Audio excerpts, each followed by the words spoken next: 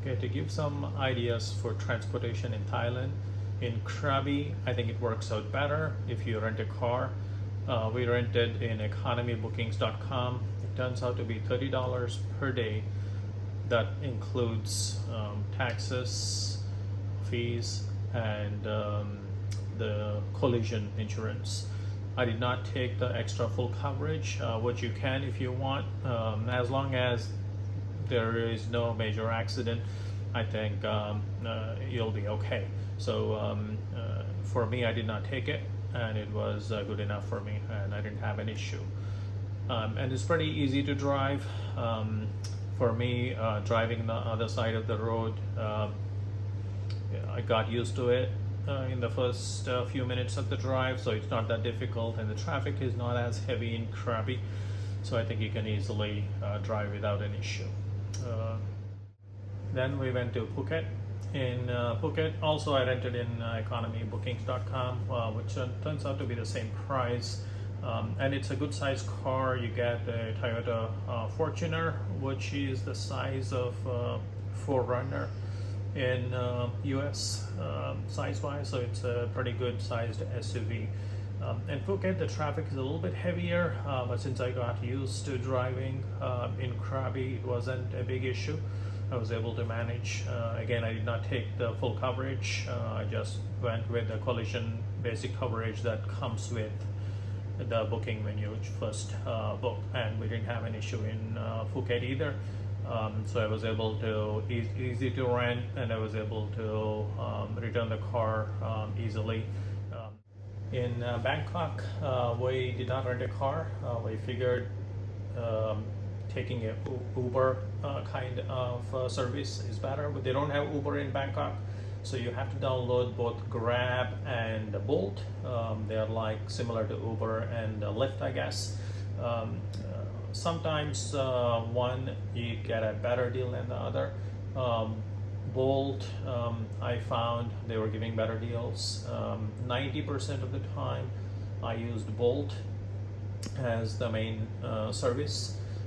And also you have to be a little careful with the scams. One of the scams we got into in Bangkok is the drivers approach you, and then they say, let's say if you're going to a temple, they say temple is closed due to some services for an hour, and they want you to take a round for an hour and charge the money because you have nothing else to do in that hour. But and it turns out the temple is open all the time. So they just tell you that so you are not going to go check on it. So scams like that, you should be careful about. When somebody approaches you, you just hear to what they say and then you move on. But otherwise it was pretty easy to navigate Bangkok with just Bolt and Grab. Traffic is at times a little bit heavy, but it's not going to be a big problem as long as your hotel is not too far from the destinations you're going to. And one more thing in Bangkok that I think everybody should be familiar with is the money exchange is slightly better if you bring your money and exchange here. You don't have to do it in your country of origin to bring it here, because they give you a pretty good exchange rate in Bangkok. And Grab and Bolt, you can use the internet that you buy. I got the internet service here. You just buy an eSIM instead of using your Verizon or AT&T.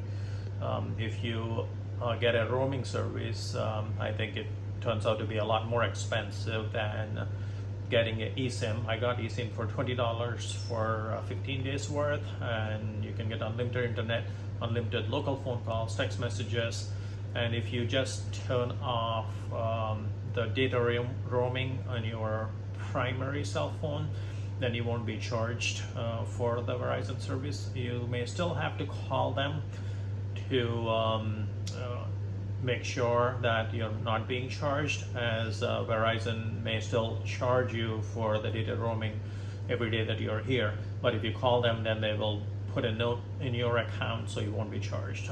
So it will be a couple phone calls for you to make before your trip and maybe after you return the trip from the trip, you still may have to call them. I think that turned out to be very good for me. The internet was there the entire time, and it was unlimited. It was good speed, so I didn't have any issues using the eSIM as my main internet. And